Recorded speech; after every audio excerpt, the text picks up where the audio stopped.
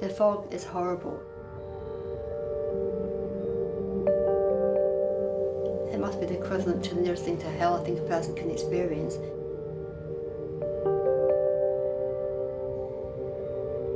But it just takes on my life, it just spoils everything. You don't feel like in control of anything. It's like a void, it's like a big fog. It's just sort of eats you up. You just want to give up, stop. You do get depressed and fed up.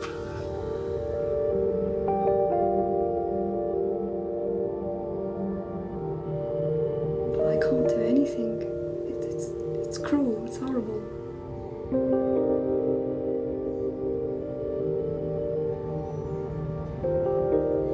It's no man's land.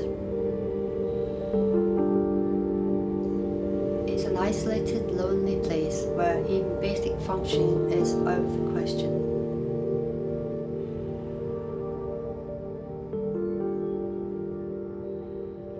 A silent crippler stalks millions of people throughout the world, and you may be one of them. It affects millions of people worldwide, and it costs billions of healthcare dollars. And I feel it's one of healthcare's dirty little secrets. It can mimic Alzheimer's disease, multiple sclerosis, early Parkinson's disease, diabetic neuropathy, or chronic fatigue syndrome. Because this has destroyed my life and taken the life from me. I'm just a shell of a person. It can make both men and women infertile, or cause development disabilities in their children. Really destroyed my everyday life and it affected the everyday life of the rest of my family. Other times, it lurks silently, stealthily increasing its victims' risk of deadly diseases. There's no everyday life, there isn't, because it's like every day is like a nightmare you're living through, and you just wish you go to sleep and wake up and it's different. It's all going to be different the next day. This disorder is vitamin B12 deficiency. If you develop this deficiency, it's easy to treat, but only if your doctor makes an early diagnosis. Unfortunately, all too often, this doesn't happen. I put it down as being weak and weary, but really it was a terrible form of exhaustion that is undescribable. In a small town in Wales resides an international charity that helps millions of sufferers from all over the world. The Pernicious Anemia Society is the sole charity that offers information, advice and support to sufferers of pernicious anemia and vitamin B12 deficiency. I set up the society simply with the idea that anybody diagnosed with pernicious anemia would be able to receive a leaflet that would explain very, very clearly, as simply as possible, because it isn't an easy thing to explain, what pernicious anemia is, what causes it, and why it's being treated as it is. Pernicious anemia is a debilitating disease that occurs when a person is unable to extract vitamin B12 from food. This affects the patient's red blood cells, so that they fail to transport oxygen around the body to where it is needed. Pernicious means fatal, a fatal anemia, because everyone whom they diagnosed died within months or few years' time. Sufferers find it difficult to breathe, difficult to think clearly, and, if left undiagnosed, it can and does lead to serious and irreversible nerve damage. My story is unfortunately all too familiar. It took me maybe 2.5, 3 years to be finally diagnosed. I had a lot of the symptoms before I even went to the doctor. I just fought the symptoms, which was continual tiredness, confusion, fogs, and it was only when I developed neurological damage, which was numbness in my legs and feet, that I actually went to the doctor. We were recorded as a charity in July 2006, and since that time, the breadth and depth of the services that we provide has steadily grown, as has demand for our services. On the online forum, we're something like 4,500 members of the forum, and that grows daily. When that went live in late 2004, 2005, within 20 minutes, we had our first sign-up. It was a lady from Virginia in the United States. And it was really quite eerie because her story was almost a mirror of my story. Whereas I started off just with the aim of just providing an information leaflet, it soon became apparent that there were some serious issues relating to the diagnosis of pernicious anemia in particular and B12 deficiency in general. The Pernicious Anemia Society is aware that the problems with its members being misdiagnosed or not receiving any diagnosis centres around the recognised symptoms of pernicious anemia and B12 deficiency. Indescribable tiredness, not necessarily a need to actually physically sleep, but I just got slower and slower until I couldn't stand or even sit up. I just have to lie down just quietly and for hours, sometimes days even. The best job of my life was being a nurse. That's all I ever wanted to do, was help other people. It was a sad day for me when I realised I couldn't do it anymore, and I just had to say, I can't do it. When I'm on a real low, I just don't want to do anything. I just can't seem to get myself out of this rut that I get in. There was no end to it. There was no release from it. It just was getting worse and worse until I just felt on the verge of collapse. The common symptoms of B12 deficiency are also associated with other diseases. The confusion and lack of clarity of thought experienced by sufferers are associated with Alzheimer's disease, whilst the tiredness and fatigue are indicators of chronic fatigue syndrome. Also, I go in with neurological problems. I have pins and needles in my hands, my fingers, my feet. The bath was a problem because I had no balance and I was very scared, and I would leave the bathroom door open because I was so scared I would fall and nobody would get in to get me. I'd wake up in the night with the soles of my feet burning, as if I had run in thin soles the day before, burning and aching and throbbing. I felt a burden to my family. We have a farm and it's very busy, and really my help was needed on the farm, and yet I couldn't do it, and that placed a further burden on my husband, who then had to take over the running of the farm entirely. There are even symptoms experienced by a large number of sufferers that doctors are unaware of. These are newly emerged indicators of pernicious anemia and B12 deficiency that include waking up tired, numbness, sudden mood swings, tinnitus, burning sensation in legs and feet, balance problems and pins and needles, unusual gait, and most common of all, the fog. I also have this thing where my memory, it goes into the fog. The fog is horrible. It's absolutely, it must be the equivalent to the nearest thing to hell I think a person can experience. It's no man's land. It's an isolated, lonely place where even basic functioning is out of the question. For many sufferers, there is no respite for the symptoms, even after the treatment has started. They spend the rest of their lives fighting the continual tiredness and the fog. It was roughly 20 years ago. I was fit, active, working full-time as an accountant. I was in an aerobics class and my toes went dead, my balance went. So I had to sit out. The following week the same thing happened, and this is after doing aerobics for 6 years, no problem. The evidence of misdiagnosis and wrong diagnosis and non-diagnosis is everywhere around this office. That we have letters from people who are what we call paper members who haven't joined using the internet. We've got the online forum, which is awash with stories of misdiagnosis and non-diagnosis. Went to the doctor, they did all the blood tests and nothing came back.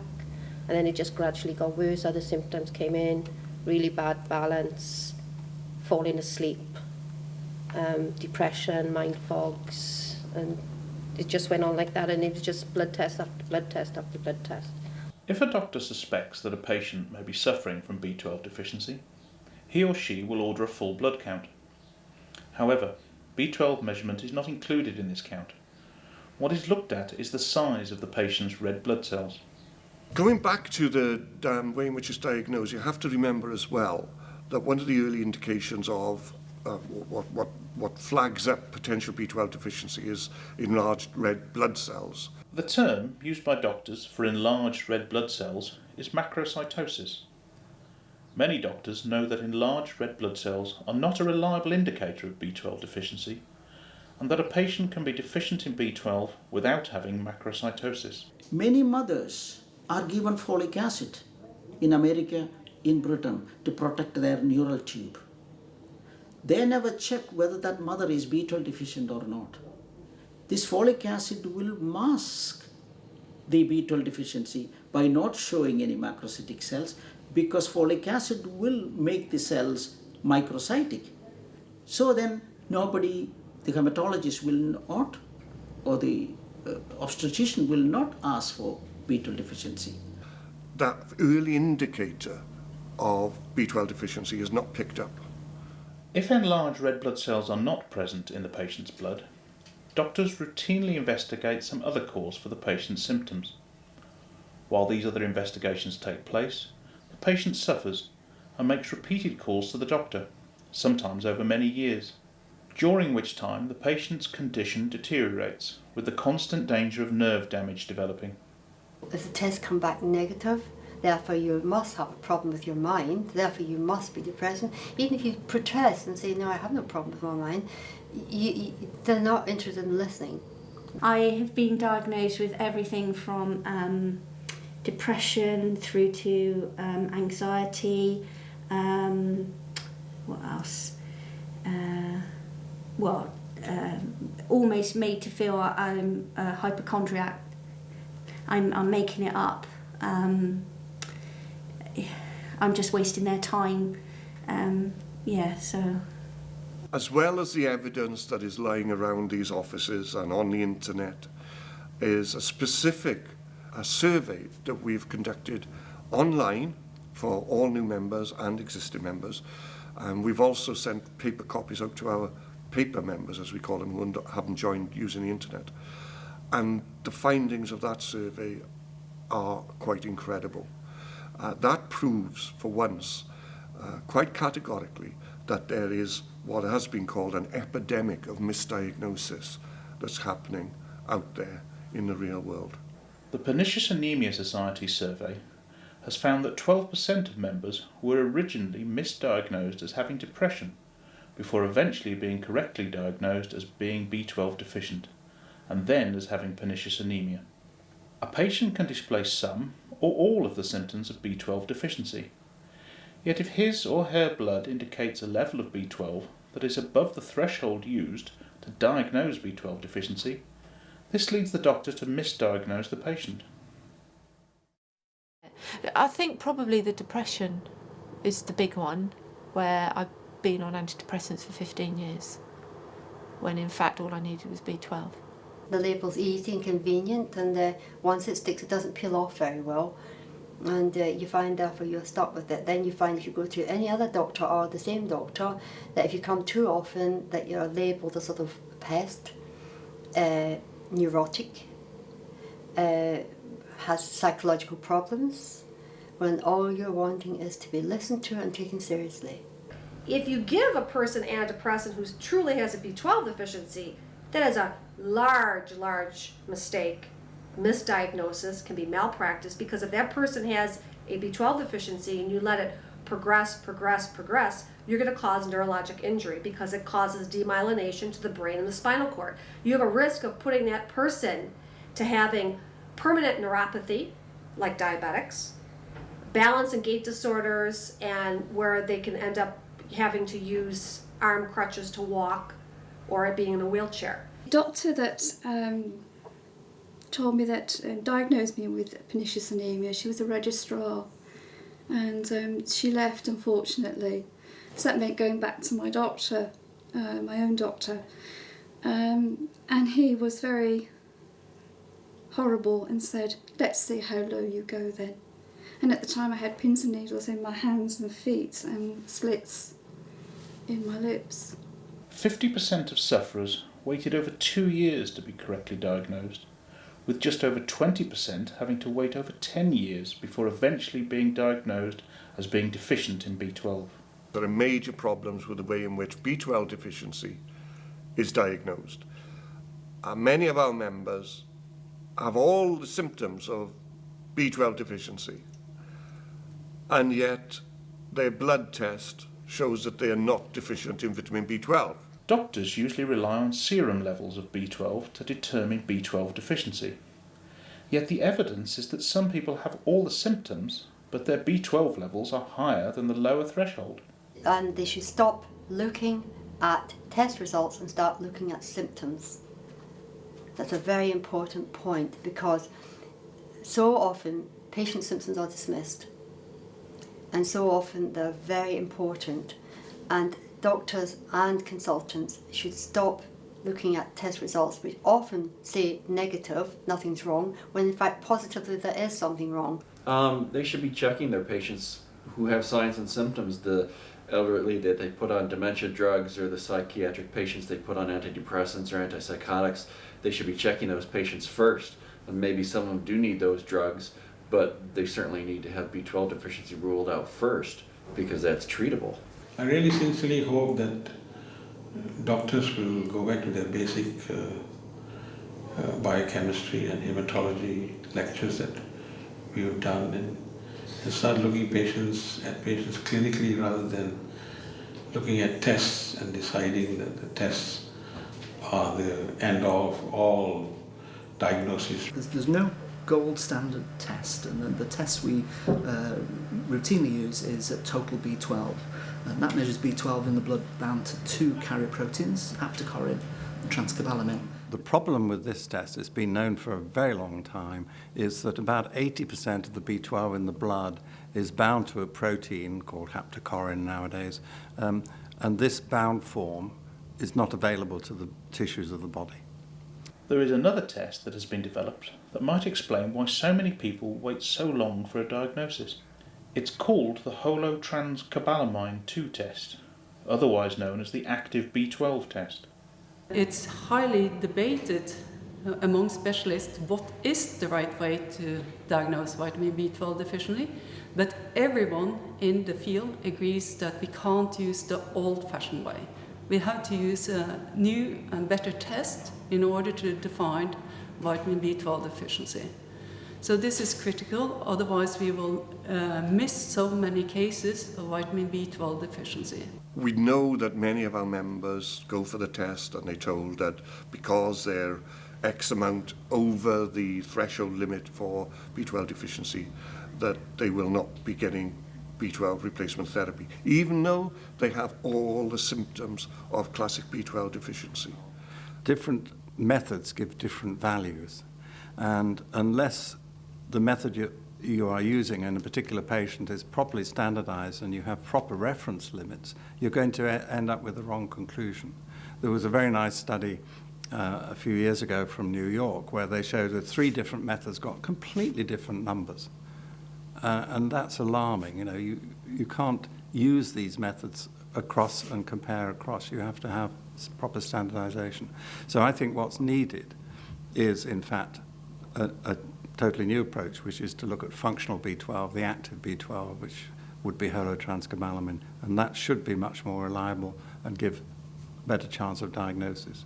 What became apparent during our studies was that, and this is reasonably well known in this area, is that there isn't a gold standard or reference method for assessing B12 deficiency. Our current frontline test, which does a reasonably good job of total serum B12, perhaps misses about half of the patients who are B12 deficient, because it is measuring mostly something else that isn't relevant for B12 delivery and changes slowly. In the 1980s, there was a US hematologist called Victor Herbert. The hypothesis of Victor Herbert was that the first thing to change would be your holotranscobalamin level, and therefore that's what we should be measuring. The idea being that it's better to catch the disease early before we get down to clinical signs and symptoms, because by the time, in most diseases, by the time you end up seeing clinical signs and symptoms, that's when some damage has been done. I mean, we think ultimately that the measurement of holotranscobalamin should replace the measurement of total B12. In Norway, we have since the mid-1990s introduced what we call functional test for vitamin B12 status. Instead of just using serum cobalamin measurements in blood, and in UK, I'm sorry to say, they are hardly used at all. And I don't know why. Maybe because they are more expensive. But I would say that even if they are more expensive, it's vastly more expensive to have a patient suffer and go ill than to treat a patient with so cheap and inexpensive treatment that vitamins are. But basically, anybody who potentially requires a test for B12 status because there's a suspicion that they may have poor B12 status will benefit from the test. These are the problems with diagnosing B12 deficiency. The test for pernicious anemia is even more suspect. More specifically, the test used to diagnose pernicious anemia, that is the intrinsic factor antibody test, also has serious issues with it. I know I tested negative twice before testing positive, and that would fit in with the general theory that the test is only around 30 to 40% accurate. Very often, pernicious anemia is diagnosed solely based on the finding of low blood cell levels and low vitamin B12 levels in blood. But the other problem is that you can actually have pernicious anemia without low total B12. And you have to look more carefully at the other markers, for example, methylmalonic acid, homocysteine, to pick that up. So people need to be investigated much more thoroughly than they are at the moment. It's an absolute enormous problem that is completely overlooked by the medical professions, not because they choose to, it's simply because they don't know that there are those problems. I think there's a vast amount more research that we need to do. There's a famous quote by one of the US physicians which said,